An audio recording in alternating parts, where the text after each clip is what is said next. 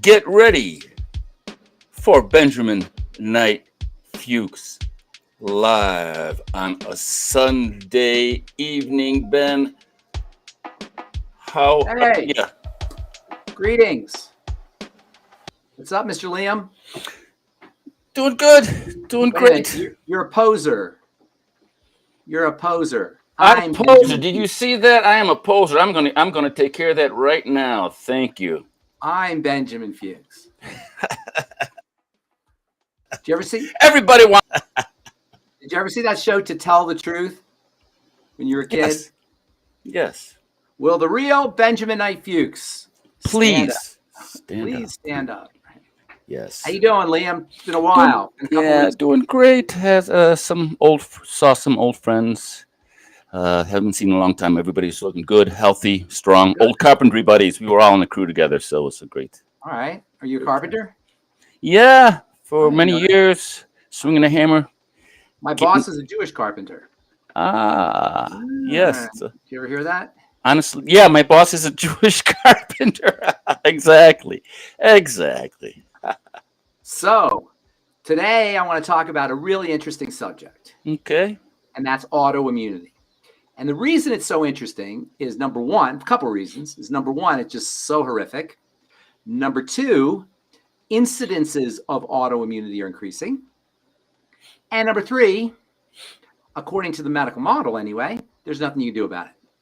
When you go to a physician for autoimmunity, for an autoimmune condition, you'll get either a steroid or a biologic, which is like a high tech. We talked about these before. A high tech steroid, high tech immune suppressant, we'll say. Steroid suppresses the immune system generically, just shuts down the immune system at the level of the adrenal glands. These biologics are more specific. That's why they call them biologics, and they suppress the immune system by shooting down antibodies. Either way, what you're looking at if you go to a conventional physician for an autoimmune problem, rheumatoid arthritis, or type 1 diabetes, or Lou scleroderma, Gehrig's or disease, lupus. right? What's that? Lou Gehrig's disease, and Lou Gehrig's disease might be an autoimmune disease. That's technically amyotrophic lateral sclerosis. I'm not exactly sure. And by the way, that's a good point because the line between autoimmune conditions and ordinary immune conditions is somewhat blurred. These yes, days, there are some alternative practitioners, including the folks at Standard Process, which is a wonderful company that provides really powerful homeopathic and glandular medications. They'll tell you that even cardiovascular disease has an autoimmune component. Nonetheless, if you go to a physician with an autoimmune problem, they're going to tell you there's nothing they can do. It's in your genes. We don't know what causes it, blah, blah, blah. All we can do is give you some kind of immune suppressant. Well, I'm here to tell you that's not the case. First of all, there's about, 80 or so autoimmune diseases. They keep adding more and more, so somewhere between 80 and 100. About 50 million or so people are affected by them. It's a lot of folks. 1 out of 7 Americans have an autoimmune disease. One of the most important ideas, one of the most important concepts that point to the cause of autoimmunity, the true cause of autoimmunity, is the fact that most autoimmune patients are women, wow, right? really?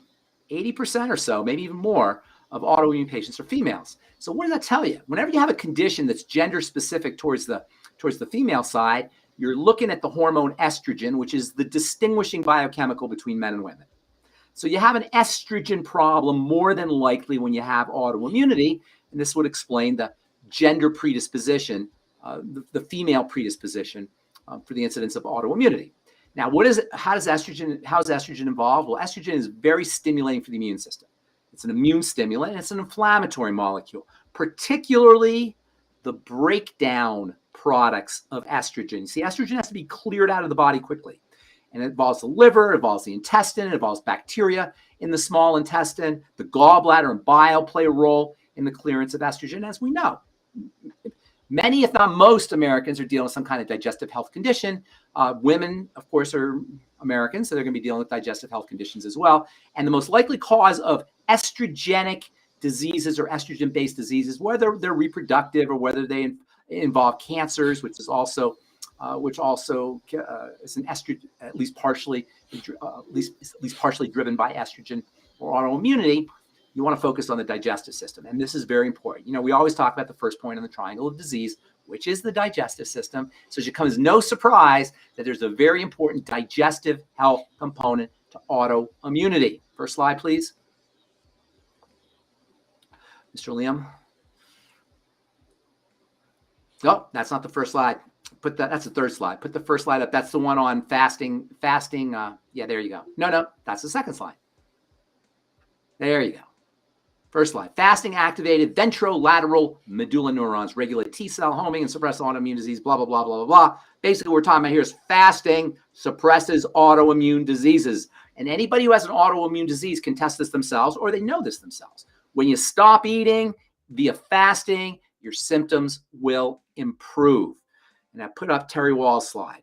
This is a Dr. Terry Walls. You can see his two pictures, October 1st, 2007, October 1st, 2008. In 1 year, that's the difference. What did she do?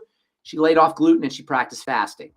She stopped eating so much, she reduced her calories, and she laid off gluten. Now, we'll see here in a moment that it's not just gluten, but there's a lot of components in food that can activate the immune system or that can disturb the digestive process and cause things like leaky gut or dysbiosis or bile or liver issues, which, of course, will lead to these estrogen problems. Dr. Terry Walls wrote a book about her story. She suffered real quickly. She was a medical doctor. She is a medical doctor who suffered from multiple sclerosis, one of the most horrific of all the autoimmune diseases. And she changed her diet. She changed her food intake, the way she ate, laid off of, as I say, gluten and other veggies. And guess what happened? Show the picture again, the top of the screen here. She went from being wheelchair ridden to riding a bicycle in 1 year. And anybody can do this. Please do not underestimate the importance of digestive health and food choices when it comes to all health challenges, but particularly immune health challenges. Listen, the immune system is headquartered in the intestine. So almost by definition, if you have an immune problem, you also have a digestive problem. And I know we talk about this all the time, but repetition is reinforcement. This is so important because the symptoms of autoimmunity are horrific.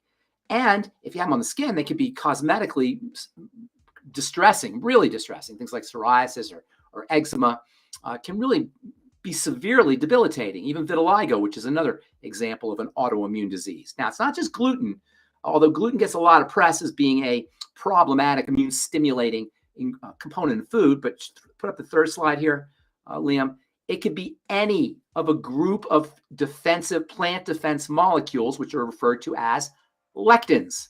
Agglutinins are molecules that are found in food. They're basically lectins that, I love the word agglutinin because it really tells you what it does. An agglutinin is a substance that globs up red blood cells. And they'll actually test to see if a molecule, a food component, is an agglutinin by taking it out of a food or extracting it from a food and putting it in a petri dish and seeing what it does to red blood cells that are in that petri dish. If it globs up the red blood cells, they call it an agglutinin, and they know it's going to be an inflammatory or immune stimulating molecule. And it turns out, no surprise, lectins and agglutinins are involved in autoimmune reactivity. So long story short, if you're dealing with an autoimmune disease, you do not have to be condemned to going in and out of the doctor's office and getting an expensive biologic or a toxic steroid drug and being on this medication the rest of your life and suffering with your symptoms. Simply change the way you eat less food, practice intermittent fasting, and use all the digestive support nutrients that we talk about in this program all the time. Things like vitamin A, which strengthen the intestinal lining if you have a leaky gut.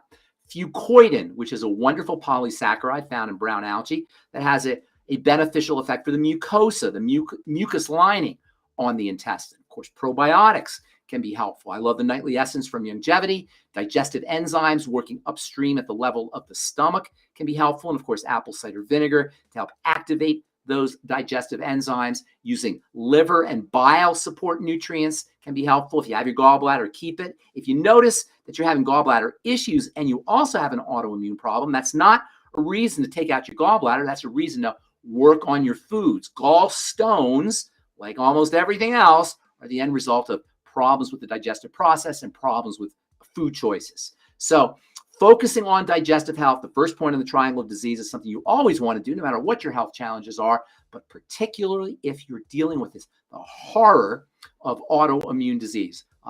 There was a paper that came out many years ago, like in the 1960s, I think, that called Autoimmune Disease Autotoxicosis horrificus, which I always thought was kind of a cool name for a scientific paper. And it really tells you, it really describes the horror of an autoimmune disease, which is compounded by the fact that our standard and conventional medical model and wisdom will tell you that there's nothing they can do about it, and there's no known cause, and you're just stuck going in and out of the doctor's office and being put on a prescription drug regimen. And of course, if you're not treating the condition, you're going to end up with a unfortunately shortened longevity.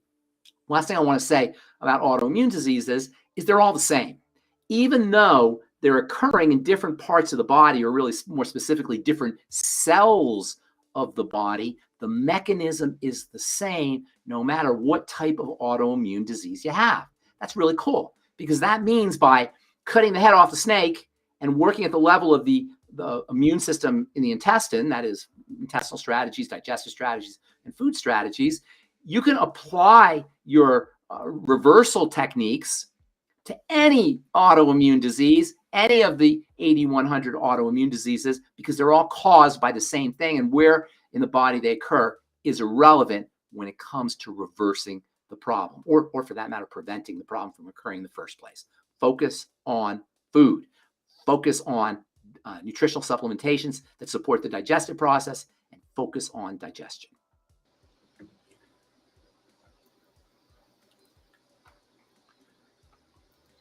What do you think, Liam? What are you doing there, buddy? I think that was fantastic. I wanted to show here everybody. All right, she's got a phenomenal story. So go ahead, if you're watching, screen share this, or screen capture this. Just autoimmune disease, Dr. Terry Walls. This is her YouTube video. Yeah, this is her. It's a great story. YouTube video. Yeah, it's a great story. And her book, The Walls Protocol, is filled with dietary and digestive health strategies for anybody who's dealing with autoimmunity. She had MS, but as I say, it doesn't really matter what flavor autoimmune disease you have. The mechanism is always the same. And it like hit her like a ton of bricks, came out of nowhere. Yeah. And then she talks about how she started to create supplemental cocktails, and she saw, like light at the end of the tunnel. She's like, oh my God, I can get out of bed. And then she was a medical doctor. She was not trained in nutrition. She was a conventional medical doctor, right? And then she talks about focusing on the mitochondria. And you can't really focus on the mitochondria, although her point is well taken that most of these illnesses involve the mitochondria. Remember, the mitochondria are the part of the cell that's producing energy, that's turning our food into energy, and that's really the main function of a cell, and ultimately the main function of the body. So one way or another, because all disease involves energy production in the cell, one way or another, all disease involves the mighty mitochondria. And really, the phenomenal nature of the mitochondria is something really to behold. You're talking about structures that occur in a cell to the tune of maybe 100 to 1,000, even up to 10,000 mitochondria in a cell. And a cell is like 1/100th the size of a head of a pin. And within that structure, you've got anywhere from 100 to 1,000 or even up to 10,000 of these little tiny mitochondria structures, which, by the way, have their own DNA. They're almost like another entity. And really? Yeah, biologists. The mitochondria has its own DNA structure. Mitochondrial DNA, they call it. The biologist named Lynn Margolis actually discovered back in the 1970s or 80s, she discovered that a eukaryotic cell, which is an advanced cell, like an animal cell or a plant cell, the eukaryotic cells, U means good, eukaryotic cells developed when mitochondria merged with bacterial cells. The bacterial cells can't utilize oxygen. And according to Lynn Margolis, mitochondria were bacteria, millions of years ago, were bacteria that could utilize oxygen, and they merged, really hundreds of millions of years ago, and they merged with bacterial cells. And these mitochondria, formerly bacterial cells that could utilize oxygen, contributed their oxygen metabolizing ability to these bacteria and formed animal cells or eukaryotic cells.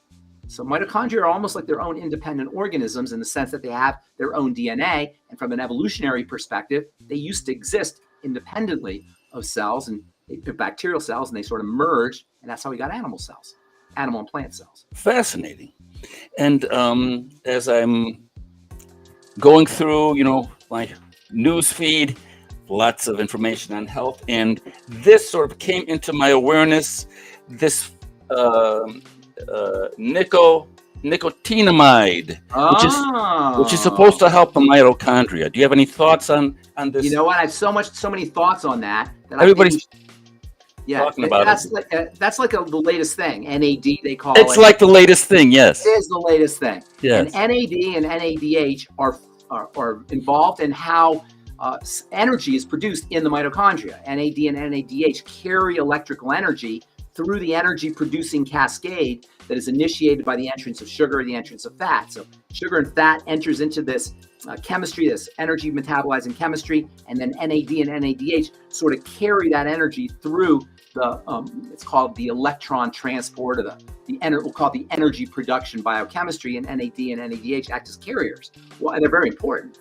And so there's a lot of buzz about NAD and NADH supplementation or intravenous injection to support energy carrying through the mitochondria and help your body produce more energy, or cells produce more energy. Well, guess what? NAD and NADH are fancy forms of vitamin B3. Right? So save your money. Make sure you're getting plenty of niacin along with all your other B vitamins, which are involved in energy production as well. And you'll be able to produce the same kind of energy that you get with NAD and NADH. Your body has no problem turning niacin into NAD and NADH, although it does have a problem getting niacin, because niacin is an essential nutrient. If you're not supplementing, you're not eating correctly, it's very likely you're going to become deficient in niacin. I will say that niacin is so important for a lot of reasons, but one of the reasons, by virtue of its ability to help produce to get turned into NAD and NADH, that the body will actually make a little bit of niacin when there's none present. But that's not going to be enough for maximum performance. You want to supplement with niacin or no flesh niacin, and then make sure that you're eating high protein foods, which tend to contain niacin. Outstanding info. And so this was the top of the triangle. Am I correct in that? First point. No, not the top. The top is the adrenal thyroid complex, where you get the jumping off point to all chronic degenerative diseases. So the first point is the digestive system. Second is the blood sugar system. And then you get the adrenal thyroid system, or axis, if you will. And then hypothyroidism leads to all the other degenerative diseases, everything pretty much that you can name.